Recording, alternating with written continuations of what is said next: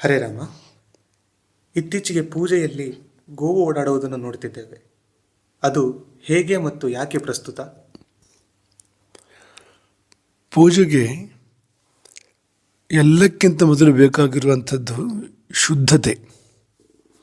ಶುದ್ಧಿ ಇಲ್ಲದೆ ಪೂಜೆ ಇಲ್ಲ, ಪೂಜೆಗೆ ಫಲವಿಲ್ಲ. ಗೋವು ಅದನ್ನು ಕೊಡ್ತದೆ. ಗೋವು ಎಂಥ ಒಂದು ಅದ್ಭುತ ಜೀವ ಎಂದರೆ, ಅದು ಕಸವನ್ನು ಸೇವಿಸಿದರೂ ಅದರ ದೇಹದಿಂದ ಅದು ಹೊರಗೆ ಬರುವಾಗ ಅದು ಅತ್ಯಂತ ಪರಿಶುದ್ಧತೆಯನ್ನು ಕೊಡುವಂಥ ಸಂಗತಿಯಾಗಿ ಮಾರ್ಪಡ್ತದೆ.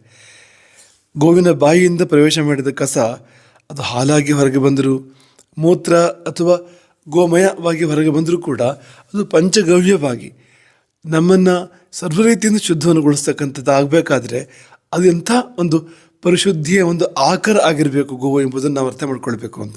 ಹಾಗಾಗಿ ಗೋವಿನ ದರ್ಶನ, ಸ್ಪರ್ಶನ, ಅದರ ಸಂಚಾರ ಇದೆಲ್ಲವೂ ಪರಮ ಪರಿಶುದ್ಧಿಯನ್ನು ನಮಗೆಲ್ಲರಿಗೂ ಕೊಡೆ ಮಾಡೋದ್ರಿಂದ, ಪೂಜೆ ಮಾಡುವವರಿಗೆ, ನೋಡುವವರಿಗೆ, ಸಹಕರಿಸುವವರಿಗೆ ಎಲ್ಲರಿಗೂ ಕೊಡೆ ಮಾಡೋದ್ರಿಂದ ಪೂಜೆಗೆ ಮೂಲಭೂತವಾಗಿ ಬೇಕಾಗ್ತಕ್ಕಂಥ ಶುದ್ಧತೆ ಏರ್ಪಟ್ಟು ಪೂಜೆ ಫಲಿಸುವಂತಾಗುವಾಗ ಅದು ಪ್ರಸ್ತುತ ಹೇಗೆ ಅನ್ನೋದು ತುಂಬ ಸುಲಭವಾಗಿ ಅರ್ಥ ಆಗುವಂಥದ್ದು ಅಂತ. ಹರೇ ರಾಮ.